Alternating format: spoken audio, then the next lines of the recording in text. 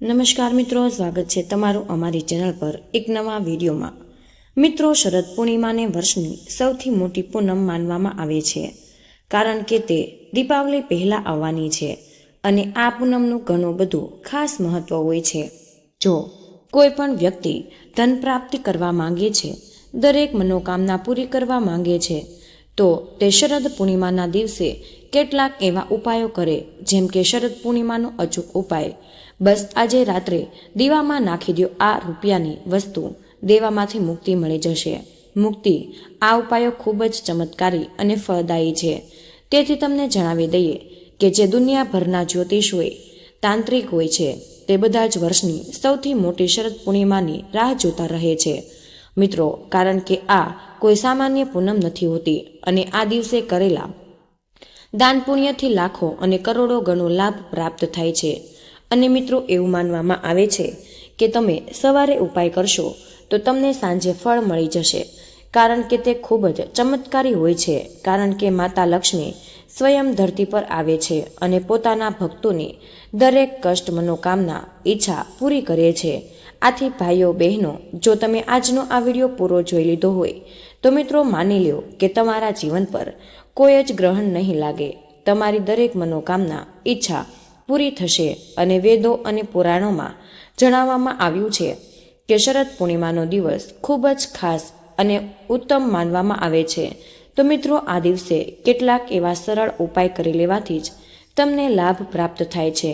તો મિત્રો, આ વિડીયોમાં અમે તમને તે બધી જ જાણકારી આપીશું કે કેવી રીતે તમે ધનવાન બની શકો છો, અને કેટલાક એવા ઉપાય પણ અમે તમને જણાવીશું અને કેટલાક એવા વિશેષ ઉપાયો પણ જણાવીશું કે જેનાથી તમે તમારી દરેક મનોકામના પલકવારમાં જ પૂરી કરાવી શકો છો। તો ભક્તો, જો તમે પણ માતા લક્ષ્મીની કૃપા પ્રાપ્ત કરવા માંગતા હોય, તો તમે તમારી દરેક મનોકામના પૂરી કરાવવા માંગો છો, તો આજની વિડીયો અધૂરો જોવાની ભૂલ તમે ક્યારેય ન કરતા અને વિડીયોને લાઇક, શેર અને કોમેન્ટમાં જય શ્રી લક્ષ્મી જરૂર લખી દેજો। મિત્રો, આપણે હિન્દુ પંચાંગ અનુસાર આસો મહિનાની પૂનમના દિવસે શરદ પૂર્ણિમાનો પર્વ મનાવવામાં આવે છે। આ વર્ષ 2025માં શરદ પૂર્ણિમાનો પર્વ વિશેષ મહત્વ ધરાવે છે। આ તિથિ 6 ઓક્ટોબરે બપોરે 12:23 શરૂ થઈને બીજા દિવસે 7 ઓક્ટોબરના સવારે 9:16 સુધી રહેવાની છે। આ દિવસનું મહત્વ એટલા માટે પણ વધી જાય છે કારણ કે તેને ચંદ્રમાની પૂર્ણ રોશની અને અમૃત વર્ષાનું પ્રતીક માનવામાં આવે છે। માન્યતા છે કે આ રાત્રે ચાંદનીમાં વિશેષ ઔષધીય ગુણ હોય અને ખીર બનાવીને ખુલ્લા આકાશ નીચે રાખવાથી તે અમૃત સમાન બની જાય છે। જો કે આ દિવસે ભદ્રાકાળ પણ આવી રહ્યો છે અને જે 6 ઓક્ટોબરે બપોરે 12:23 થી રાત્રે 10:43 સુધી રહેશે। શાસ્ત્રો અનુસાર ભદ્રાકાળમાં શુભ કાર્યો વર્જિત માનવામાં આવે છે। તેથી શરદ પૂર્ણિમા પર પૂજા, વ્રત, વિધાન અને ચંદ્રમાને અર્ઘ્ય આપવું ભદ્રાકાળ સમાપ્ત થયા પછી જ કરવું શ્રેષ્ઠ રહેશે। આ પ્રકારે સાચા સમયનું ધ્યાન રાખવાથી પુણ્ય અને કલ્યાણકારી ફળ પ્રાપ્ત થાય છે। શરદ પૂર્ણિમાને કોજાંગી પૂર્ણિમા અથવા તો રાસ પૂર્ણિમાના નામથી પણ ઓળખવામાં આવે છે।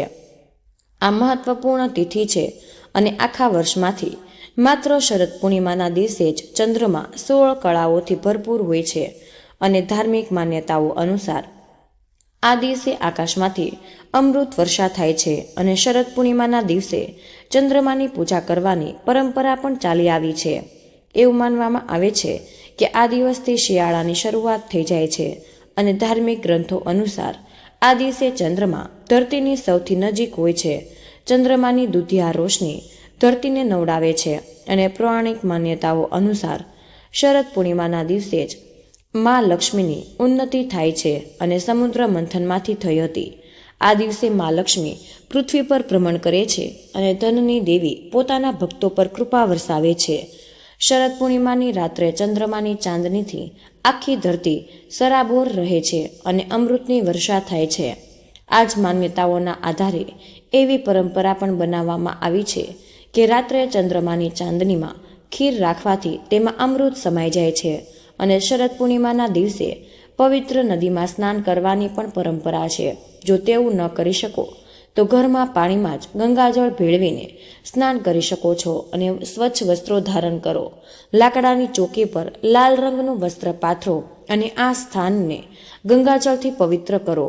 આ ચોકી પર હવે મા લક્ષ્મીની પ્રતિમા સ્થાપિત કરો અને લાલ ચુંદડી પહેરાવો. આની સાથે જ તમે ધૂપ, દીપ, નૈવેદ્ય અને સોપારી વગેરે અર્પણ કરો.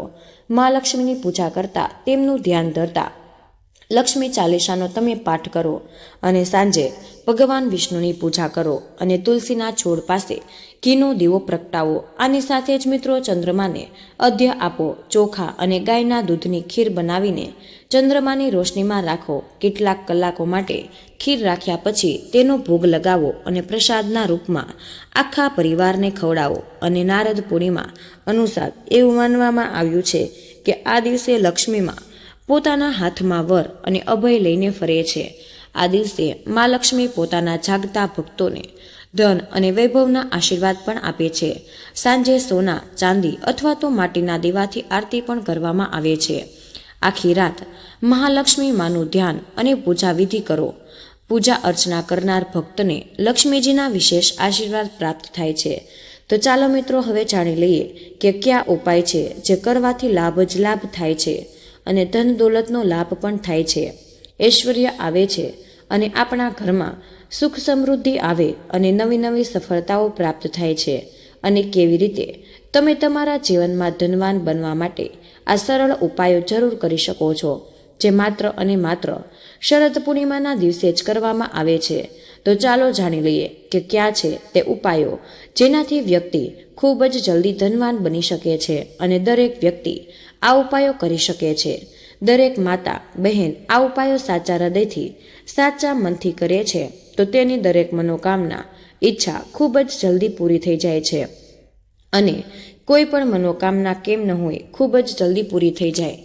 પ્રિય મિત્રો, તમને અમે જણાવી દઈએ છીએ કે એક એવો શુભ સંયોગ પણ બની રહ્યો છે કે આ જ દિવસે શરદ પૂર્ણિમા પર સર્વાર્થ સિદ્ધિ યોગનું નિર્માણ થઈ રહ્યું છે. અને સર્વાર્થ સિદ્ધિ યોગ સવારે 6 થી 38 બીજા દિવસે સવારે 6:31 સુધી રહેવાનો છે. માન્યતા છે કે આ યોગમાં કરેલા કાર્યમાં જાતકને સફળતા મળે છે. મિત્રો, હવે જાણીએ કે શરદ પૂર્ણિમાનો અચૂક ઉપાય. બસ આજે દીવામાં નાખી દો આ 2 રૂપિયાની વસ્તુ, દેવામાંથી મળી જશે મુક્તિ. અને આ ઉપાય અનુસાર તમારે 4 લવિંગ લેવાના છે. જી હા, તે જ લવિંગ જે ઘરોમાં મસાલા અને મુખવાસના રૂપમાં આપણે ઉપયોગમાં લઈએ છીએ. આની સાથે જ તમારે એક લાલ કપડું લેવું અને પછી મહાલક્ષ્મી અને કુબેરજીનું ધ્યાન રાખીને ઘરના પૂજા ઘરમાં બેસીને તમારે દેશી ઘીનો જ્યોત પ્રગટાવવાની છે. અને પછી 2 લવિંગના જોડાને તમારે તેમાં નાખી દેવાના છે. બચેલા 2 લવિંગને લાલ કપડામાં બાંધી સાચી શ્રદ્ધાથી તેને મહાલક્ષ્મીનું રૂપ માનીને તમારી તિજોરીમાં રાખી દેવાનું છે. બસ તમારે ફક્ત આટલું જ કરવાનું છે. કોઈ પણ મંત્ર નહીં, કોઈ તંત્ર નહીં. એવું કરવાથી માત્ર થોડા જ દિવસોમાં તમારી બધી જ મનોકામનાઓ પૂરી થઈ જશે. સૌથી મહત્વપૂર્ણ તો એ છે કે દેવામાંથી તમને મુક્તિ મળશે. તમારી પાસે એટલા બધા પૈસા આવશે કે તમને સંભાળવા પણ મુશ્કેલ થઈ જશે. તમારે 2 વાતોનું ખાસ ધ્યાન રાખવાનું છે કે એક તો એકે ઉપાય કરતી વખતે તમારે આના વિશે કોઈને પણ જણાવવાનું નથી. અને બીજું કે મનમાં ઉપાય પ્રત્યે સાચી શ્રદ્ધા રાખવાની છે. માન્યતા છે કે શરદ પૂર્ણિમા પર મા લક્ષ્મીને તેમની પ્રિય વસ્તુઓ અર્પણ કરવી જોઈએ. અને આ વસ્તુઓમાં મખાના, શિંગોડા, કમળનું ફૂલ, પાનના પાન, સોપારી, ઇલાયચી અને સફેદ કોળી સામેલ કરવી જોઈએ. એવી માન્યતા છે કે શરદ પૂર્ણિમાની રાત્રે સફેદ કોળીઓથી રમવાથી મા લક્ષ્મી પ્રસન્ન થાય છે. મા લક્ષ્મીને પાન અતિ પ્રિય છે, તેથી તેમની પૂજામાં પાન જરૂર સામેલ કરવું જોઈએ. ખાસ કરીને મિત્રો, શરદ પૂર્ણિમાના દિવસે મા લક્ષ્મીને અર્પણ કરાયેલું પાન તમારે પ્રસાદના રૂપમાં બધા જ લોકોમાં વહેંચવું જોઈએ. એવી માન્યતા છે કે એવું કરવાથી ઘરમાં બરકતની સાથે સુખ સમૃદ્ધિ પણ આવે છે. માન્યતા છે કે શરદ પૂર્ણિમાની રાત અમૃત વર્ષા થાય છે, તેથી કેટલાક કલાકો માટે ચાંદનીના પ્રકાશમાં કેસરની ખીર રાખવી જોઈએ. રાતે તેને ઉઠાવીને મા લક્ષ્મીને અર્પણ તમારે જરૂર કરવી જોઈએ. પછીથી તેને પ્રસાદના રૂપમાં ગ્રહણ કરવું જોઈએ. શરદ પૂર્ણિમા પર કષ્ટ લક્ષ્મીનું પૂજન ખૂબ જ શુભ અને ફલકારી માનવામાં આવે છે. આ દિવસે એક સોપારીને કલાવાથી વીંટીને તેને અષ્ટલક્ષ્મીને પણ અર્પણ કરવી જોઈએ. મિત્રો, તે પછી તેને ધનના સ્થાન અથવા તો તિજોરીમાં રાખી દેવી જોઈએ. એવું કહેવાય છે કે એવું કરવાથી મા લક્ષ્મીનો ઘરમાં હંમેશા વાસ બન્યો રહે છે.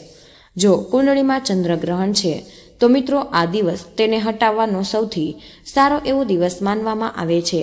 આ દિવસે ચંદ્રમાંથી સંબંધિત વસ્તુઓનું દાન કરવું જોઈએ અથવા તો આ દિવસે લોકોમાં દૂધ વેચવું જોઈએ. આ ઉપરાંત 6 નાળિયેર પોતાના ઉપરથી વારીને કોઈ પણ વહેતી નદીમાં પ્રવાહિત કરવા જોઈએ. આ દિવસે કોઈ પણ પ્રકારની તામસિક વસ્તુઓનું સેવન પણ તમારે ન કરવું જોઈએ. આ દિવસે શરાબ વગેરે નશાથી પણ દૂર રહેવું જોઈએ. તેનાથી શરીર પર જ નહીં પરંતુ તમારા ભવિષ્ય પર દુષ્પરિણામ પણ થઈ શકે છે. મિત્રો, શાસ્ત્રોમાં એવું કહેવાયું છે કે દરેક પૂનમના દિવસે પીપળાના વૃક્ષ પર મા લક્ષ્મીનું આગમન થાય છે. આથી તમે સવારે જલ્દી ઉઠીને સ્નાન વગેરેથી પરવારીને પીપળાના વૃક્ષની સામે કંઈક મીઠું ચડાવીને જળ અર્પણ કરવું જોઈએ. મિત્રો, સફળ દાંપત્ય જીવન માટે પૂનમના દિવસે પતિ પત્ની બંને જ ચંદ્રમાને દૂધનું અધ્ય અવશ્ય જ આપવું જોઈએ. તેનાથી દાંપત્ય જીવનમાં મધુરતા બની રહે છે. કોઈ પણ વિષ્ણુ લક્ષ્મી મંદિરમાં જઈને તમારે અત્તર અને સુગંધિત અગરબત્તી પણ તમારે અર્પણ કરવી જોઈએ. અને ધન, સુખ, સમૃદ્ધિ અને ઐશ્વર્યની દેવી મા લક્ષ્મીથી પોતાના ઘરમાં કાયમી રૂપે નિવાસ કરવાની તમારે પ્રાર્થના કરવી જોઈએ. મિત્રો, આવો ભક્તો હવે આપણે એ જાણી લઈએ કે કઈ રાશિઓ છે કે જેમનું ભાગ્ય આ પૂનમ પછી બદલવા જઈ રહ્યું છે.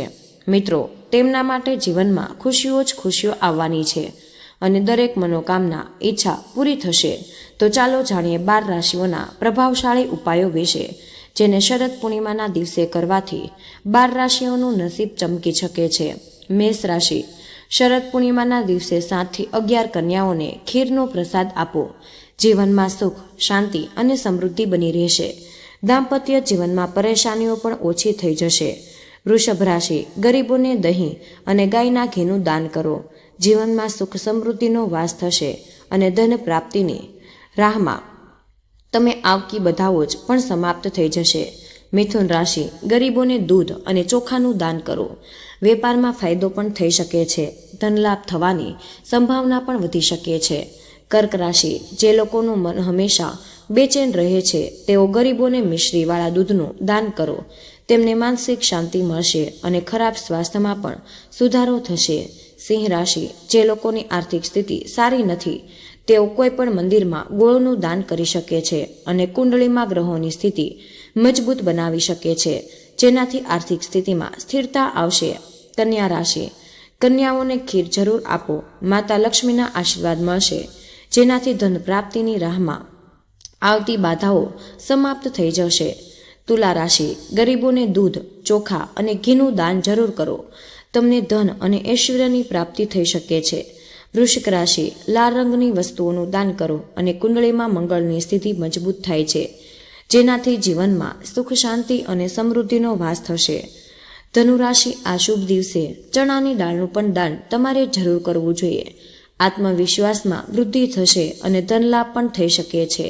મકર રાશિ. કોઈ પણ પવિત્ર નદીમાં ચોખા વહાવો અને ઘર પરિવારમાં સુખ શાંતિ બની રહે. જૂની ઈચ્છાઓ પણ પૂરી થઈ શકે. કુંભ રાશિ. જરૂરિયાતમંદ લોકોને ભોજન કરાવો અને અટકેલા કામ પૂરા થઈ શકે. ધનલાભ થવાની પણ તમને સંભાવના વધી શકે છે. મીન રાશિ. મિત્રો, બ્રાહ્મણોને ભોજન કરાવો અને દેવી દેવતાઓને વિશેષ કૃપા પ્રાપ્ત થશે. ઘર પરિવારમાં સુખ, શાંતિ અને ધન, ધાન્ય અને ખુશાલીનો વાસ થશે. મિત્રો, આ દિવસે ચંદ્રમા અને ભગવાન વિષ્ણુ તેમજ મા લક્ષ્મીનું પૂજન, વ્રત, કથા વાંચવામાં આવે છે અને ધર્મગ્રંથો અનુસાર આ જ દિવસે ચંદ્ર પોતાની 16 કળાઓથી ભરપૂર હોય છે. પ્રિય મિત્રો, હવે ચાલો જાણીએ શરદ પૂર્ણિમાની પૌરાણિક કથાઓ. મિત્રો, શરદ પૂર્ણિમા સાથે મુખ્યત્વે 2 પૌરાણિક કથાઓ જોડાયેલી છે. ભગવાન કૃષ્ણની મહારાસલીલા અને શાહુકારની 2 દીકરીઓની કોજાગરી વ્રત કથા. સૌથી પહેલા આપણે સાંભળી લઈએ શ્રી કૃષ્ણની મહારાસલીલા. મિત્રો, રાસ પૂર્ણિમા શરદ પૂર્ણિમાને રાસ પૂર્ણિમા તરીકે પણ ઓળખવામાં આવે છે, કારણ કે મિત્રો આ દિવસે ભગવાન શ્રી કૃષ્ણએ વૃંદાવનમાં દિવ્ય અને અદ્ભુત મહારાસનું આયોજન કર્યું હતું. અને આસો મહિનાની પૂનમની રાત્રે જ્યારે પણ ચંદ્ર પોતાની 16 કળાઓ સાથે સંપૂર્ણ તેજસ્વીતામાં પ્રગટ્યો હતો, ત્યારે ભગવાન કૃષ્ણએ પોતાની પ્રિય વાંસળી પર મધુર અને મોહક ધૂન વગાડવાની શરૂઆત કરી હતી અને કૃષ્ણના વેણુનાદમાં એવો જાદુ હતો કે વૃંદાવનની તમામ ગોપીઓ જે કૃષ્ણ પ્રત્યે અનન્ય પ્રેમ અને ભક્તિ ધરાવતી હતી, ઘરમાં ચાલી રહેલા તમામ કાર્યો પતિ, પુત્ર અને લોકલાજની પરવાહ કર્યા વિના તે વેણુનાદની દિશામાં દોડી ગઈ હતી. એવું મિત્રો માનવામાં આવે છે કે આ દિવ્ય મહારાસને જોવા માટે સ્વયં દેવતાઓ પણ નીચે ધરતી પર આતુર હતા અને ભગવાન શંકર પણ જ્યારે રાસ જોવા આવ્યા ત્યારે તેમને દ્વારા પણ રોકવામાં આવ્યા હતા અને એવું કહેવામાં આવ્યું હતું કે આ રાસ માત્ર ગોપીઓ માટે જ છે. તેથી ભોળાનાથે ગોપીનું રૂપ ધારણ કર્યું અને રાસમાં પ્રવેશ કર્યો હતો અને તેઓ આજે પણ વૃંદાવનમાં ગોપેશ્વર મહાદેવ તરીકે પૂંજાય છે. જ્યારે ગોપીઓ કૃષ્ણ પાસે પહોંચી ત્યારે શ્રી કૃષ્ણએ યોગમાયાનો ઉપયોગ કરીને એક જ કૃષ્ણમાંથી અસંખ્ય કૃષ્ણ સ્વરૂપો પ્રગટ કર્યા હતા અને આ દિવ્ય શક્તિ દ્વારા દરેક ગોપીને એવો અનુભવ થયો કે કૃષ્ણ માત્ર તેની સાથે જ રાસ રમી રહ્યા છે. આ રાસલીલા માત્ર એક જ નૃત્ય ન હતું, પરંતુ જીવાત્મા ગોપીઓનું પરમાત્મા શ્રી કૃષ્ણ સાથેનું મિલન હતું. આ લીલા દ્વારા શ્રી કૃષ્ણએ નિષ્કામ પ્રેમ અને અત્યંત ભક્તિનું મહત્વ પણ દર્શાવ્યું હતું. આ કથા ભક્તિ અને પ્રેમની પરાકાષ્ઠા દર્શાવે છે અને તેથી જ શરદ પૂર્ણિમાને ભક્તો દ્વારા ખૂબ જ પવિત્ર માનવામાં આવે છે. તો ચાલો મિત્રો, હવે આપણે બીજી કથા પણ જાણી લઈએ. કોજાગારી વ્રત કથા. શરદ પૂર્ણિમાને કોજાગારી પૂર્ણિમા તરીકે પણ ઓળખવામાં આવે છે. આ નામ સંસ્કૃત શબ્દ કો જાગૃતિ પરથી આવ્યો છે, જેનો અર્થ છે કે કોણ જાગી રહ્યું છે. એક નગરમાં એક ધનવાન સાહુકાર રહેતો હતો, જેને 2 પુત્રીઓ હતી અને બંને પુત્રીઓ દર મહિનાની પૂનમનું વ્રત કરતી હતી. મોટી પુત્રી તે સંપૂર્ણ શ્રદ્ધા અને વિધિ વિધાનથી વ્રત કરતી હતી અને નાની પુત્રી તે વ્રત કરતી પરંતુ ખરી તેમાં શ્રદ્ધા ઓછી રાખતી અને ઘણીવાર વ્રત અધૂરું પણ છોડી દેતી હતી.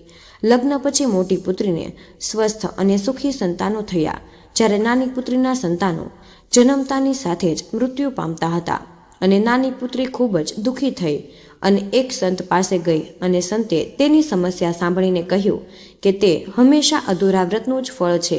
તેમણે નાની પુત્રીને આસો મહિનાની પૂનમનું કોજાગરી વ્રત સંપૂર્ણ શ્રદ્ધા સાથે કરવા અને જાગરણ કરવા માટે કહ્યું અને નાની પુત્રીએ સંપૂર્ણ ભક્તિ સાથે તે વ્રત કર્યું. પણ જ્યારે પણ તેને સંતાન થયું તે ફરી મૃત્યુ પામ્યું અને તે સમયે તેણે યુક્તિ કરી અને મૃત બાળકને પલંગ પર સુવડાવીને તેની મોટી બહેનને બોલાવી અને મોટી બહેનને આમંત્રણ આપીને તે જ પલંગ પર બેસવા માટે વિનંતી કરી. અને જેવી મોટી બહેન પલંગ પર બેઠી અને તેના વ્રતનું પુણ્ય પ્રભાવથી તે મૃત બાળક જીવત થઈ ગયું હતું. અને આ ઘટનાથી નાની પુત્રીને સમજાઈ ગયું કે વ્રતમાં સંપૂર્ણ શ્રદ્ધા રાખવી કેટલી જરૂરી છે.